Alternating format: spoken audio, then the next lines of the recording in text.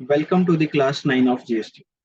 In this video, we are going to learn about negative supplies. Sir, negative supply का मतलब क्या है? Actual में सप्लाई हुआ है बट इस पे जीएसटी नहीं मिलेगा, उसको नेगेटिव सप्लाई बोलते हैं और ये शेड्यूल 3 में मेंशन है. So let me share my screen.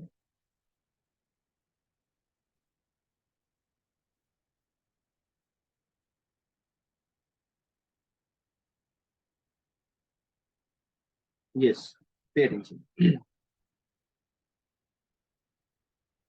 Supply is neither goods nor service. Supply तो हुआ है लेकिन ये ना ही गुड्स है ना ही सर्विस है. Negative supply. ये पॉइंट्स टोटल 8 पॉइंट्स है. याद रखने के लिए कोड वर्ड बनाया है. ई लैंड,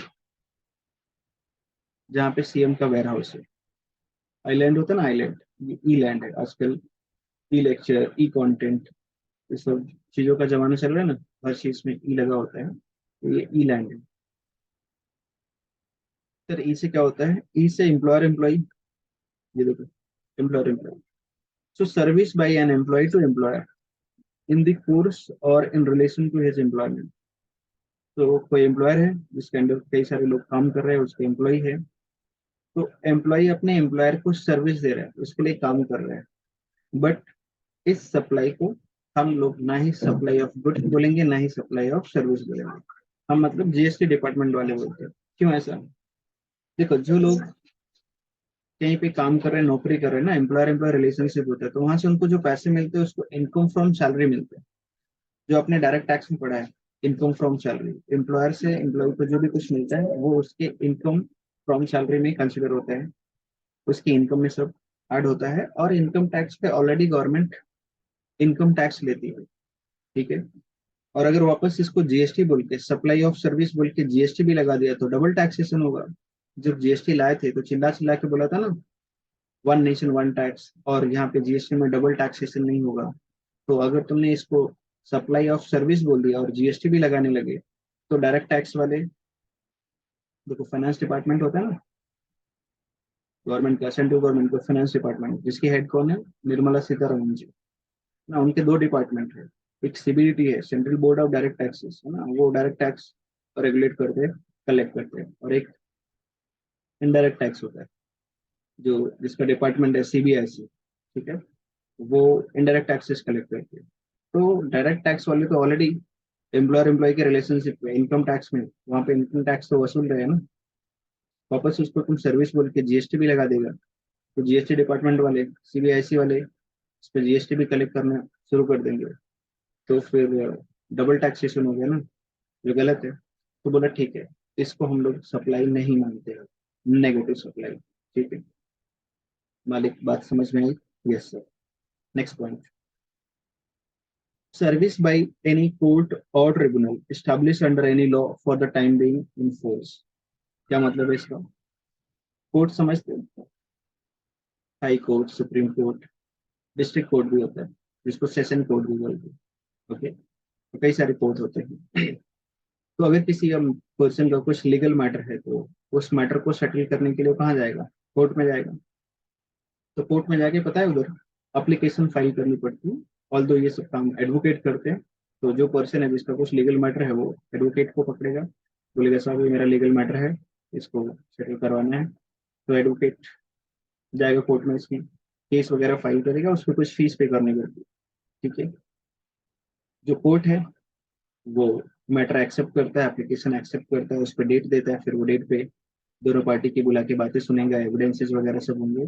कोर्ट ये सब चीजें करके आपको सर्विस दे रहा है, आपके मैटर सेटल कर रहा है, आपकी प्रॉब्लम सुन रहा है और उसके ऊपर जजमेंट दे रहा है.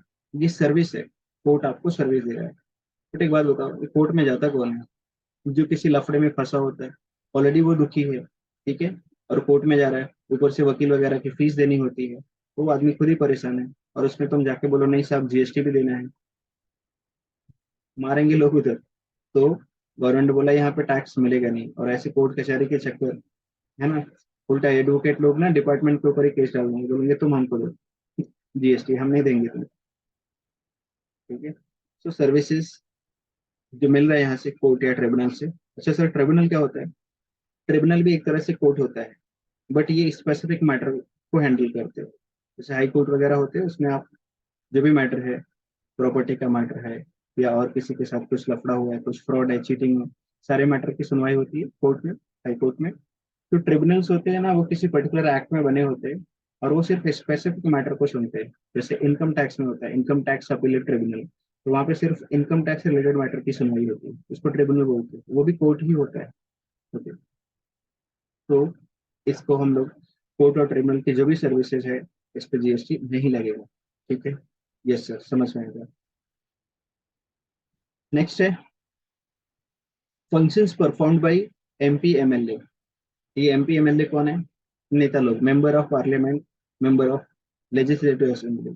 देखो लॉ कौन बनाता है? लॉ बनता है पार्लियामेंट। ठीक है। और पार्लियामेंट के जो मेंबर है, एमपीस वगैरह, ये नहीं चाहते हैं कि हम ऐसा कानून बनाए जो हमारे गले में फंदे बन जाए, हमारे ऊपर ही भारी पड़े। ये अपने आप को ना एग्जेंट रखते हैं। आप डायरेक्ट टैक्स में भी देखो, इनकम टैक्स में बहुत सारी चीज जो गवर्नमेंट एम्प्लॉयज होते हैं और इनकी है ना चीजें एग्जेम्प्ट होती है, या फिर जो एमपी एमएलए होते हैं ना, उनको जो रेमुनेशन वगैरह मिलता है वो एग्जेम्प्ट होता है। तो उन्होंने जीएसटी में भी बोला, हम जो पब्लिक के लिए काम करते हैं, जब रैली वगैरह होता है, भाषण देने जाते हैं ना, तो बोलते हैं ना हम आपके लिए सेवा कर रहे हैं, सेवा मतलब सर्विस हो गया ना, तो लाओ जीएसटी दो। लेकिन अपने आप को नहीं फंसाना चाहते, तो उसको बाहर रखा, नेगेटिव सप्लाई। तो ये जो लोग भी एमपी एमएलए काम कर रहे हैं, फंक्शंस परफॉर्म कर रहे हैं, ये लोग जीएसटी के दायरे से बाहर है। इनकी सप्लाई को, इनकी सर्विसेज को सप्लाई नहीं माना जाएगा। Duties perform by any person who holds any constitutional post. Constitutional post ना, जैसे प्रेसिडेंट है, कॉन्स्टिट्यूशनल पोस्ट है। कौन है प्रेसिडेंट? अभी एट प्रेजेंट द्रौपदी मुर्मू जी। ठीक है। तो वो कॉन्स्टिट्यूशनल पोस्ट होल्ड किया है, तो उसके लिए उनको पैसे मिलते होंगे, रेमुनरेशन। हाँ सर, मिलता है। तो एक तरह से वो सर्विस दे रहे हैं, लेकिन ये कॉन्स्टिट्यूशनल पोस्ट होल्ड कर रहे हैं, तो इनको भी इससे बाहर रखा गया है, इसके ऊपर जीएसटी नहीं लगेगा।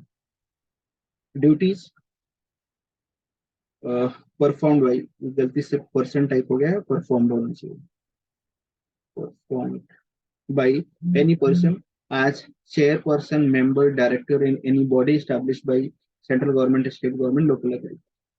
कई सारा ना गवर्नमेंट का एजेंसी होता है, गवर्नमेंट का डिपार्टमेंट होता है, तो जिसको रन करने के लिए, डिपार्टमेंट को चलाने के लिए वहाँ पे डायरेक्टर्स होते हैं, मेंबर्स होते हैं, चेयरमैन होते हैं। तो इन लोग की जो सर्विस है ना, इसको भी सप्लाई के दायरे से बाहर रखा गया है। फॉर एग्जाम्पल ट्राई, ट्राई सुना है? TRAI, telecom regulatory authority of India. ठीक है। तो इस अथॉरिटी का कोई चेयरमैन होगा, तो वो चेयरमैन अपनी कोई सर्विस दे रहा है, तो उसको इस डेफिनेशन से बाहर रखा गया है। मतलब उसकी सप्लाई को, उसकी सर्विस को सप्लाई ट्रीट नहीं करेंगे, नेगेटिव सप्लाई। ऐसे बहुत सारे लोकल अथॉरिटीज की कुछ बॉडी होती है, सेंट्रल गवर्नमेंट, स्टेट गवर्नमेंट, तो उनके जो चेयरपर्सन है, मेंबर, डायरेक्टर्स, इन लोग को बाहर रखा गया है, जीएसटी नहीं लगाना। Next point, service of funeral, burial, crematorium, mortuary, including transportation of disease. क्या मतलब है इसका? जब कोई पर्सन मर गया, डेथ हो गया उसका, तो अब उसका अंतिम संस्कार होता है। ठीक है। तो अंतिम संस्कार के लिए उसकी शव यात्रा निकलती है, उसको फ्यूनरल बोलते हैं। बरियल, फिर उसको शमशान घाट पे ले जाके वहां पे जलाते हैं, अंतिम संस्कार करते हैं, दफनाते हैं, क्रिमेटोरियम। ठीक है। तो ये सारी जो चीजें हो रही है, एक तरह से सर्विस है। लेकिन ऐसे दुख की घड़ी में वहां पे कोई जीएसटी लेने जाएगा? बोलेगा जीएसटी भरो, बहुत मारेंगे लोग। ठीक है, दुख की घड़ी है, और वहां पे तुम उनको बोल रहे हो कि ये सर्विस है, इस पर टैक्स लगाओ, तो डिपार्टमेंट ने पहले ही हाथ खड़े कर दिए, बोले नहीं, इधर हमको जीएसटी नहीं चाहिए, इसको बाहर रखो। ठीक है। Sale of land and sale of building. ये लैंड एंड बिल्डिंग ना इमूवेबल प्रॉपर्टी होता है, इसके ऊपर स्टैम्प ड्यूटी लगता है, इस पे जीएसटी नहीं लगेगा, नहीं तो डबल टैक्सेशन हो जाएगा ना। तो हटाओ इसको, इसके ऊपर हम लोग ऑलरेडी स्टैम्प ड्यूटी ले रहे हैं, तो इसके ऊपर जीएसटी नहीं लगाना है। ठीक है। Actionable claim other than lottery, betting, gambling. Actionable क्या होता है? Right to receive something. ठीक है। तो इसको सप्लाई के डेफिनेशन से बाहर रखा है, नेगेटिव सप्लाई बोला है इसको। ठीक है। Negative supply, but other than lottery, betting, gambling, ये एक्शनेबल क्लेम होता है, क्योंकि अगर आपके पास लॉटरी का टिकट है और आपका वो उस पे जो नंबर है वो लग गया, तो आपको उस लॉटरी की जो प्राइस मिलेगी, राइट टू रिसीव बेनिफिट, उसका प्राइस मिलेगा, ये एक्शनेबल क्लेम है, बट इसके ऊपर जीएसटी लगेगा।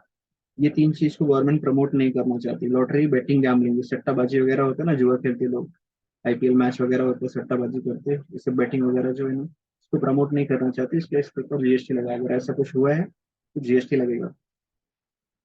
बट बाकी जो एक्शनेबल क्लेम है वो सप्लाई के डेफिनेशन से बाहर है, नेगेटिव सप्लाई में।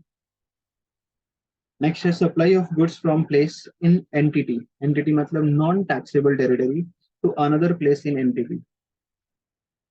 एंटिटी मतलब जहाँ पे इंडिया का लॉ अप्लीकेबल नहीं है, जीएसटी लॉ अप्लीकेबल नहीं है, ऐसे एरिया को बोलते हैं नॉन टैक्सेबल टेरिटरी। जहाँ पे लॉ अप्लीकेबल है तो भारत सरकार का लॉ है, तो भारत में ये लॉ अप्लीकेबल है। लेकिन इंडिया के बाहर कुछ एक्टिविटी हो रही है, और सपोज मैंने श्रीलंका ना, श्रीलंका जो आजकल जिसकी इकोनॉमी डूब गई है, तो वहां पे जाके एक फैक्ट्री लगाई, वहां पे कुछ गुड्स वगैरह बनाया, और वो गुड्स बना के वहां से बाहर दूसरी कंट्री में मैंने एक्सपोर्ट कर दिया। तो मैंने एंटिटी में गुड्स बना के दूसरी कंट्री में एक्सपोर्ट कर दिया, एंटिटी में, इंडिया से कोई लेन देन नहीं हो रहा है, ठीक है। तो फिर ये सप्लाई के डेफिनेशन में नहीं मिलेगा। Supply of goods from place in entity to another place in entity without such goods entering into India. Sri Lanka से गुड्स इंडिया में नहीं आ रहा है। अगर ऐसा होता है कि श्रीलंका से गुड्स पहले मैं इंपोर्ट करके इंडिया में लाता और फिर यहाँ से कहीं और किसी कंट्री में एक्सपोर्ट करता, तो फिर ये इंडिया में आ गया ना। तो गुड्स इंडिया में जब इंपोर्ट होता है ना, तो उसके ऊपर आईजीएसटी लगता है, ठीक है।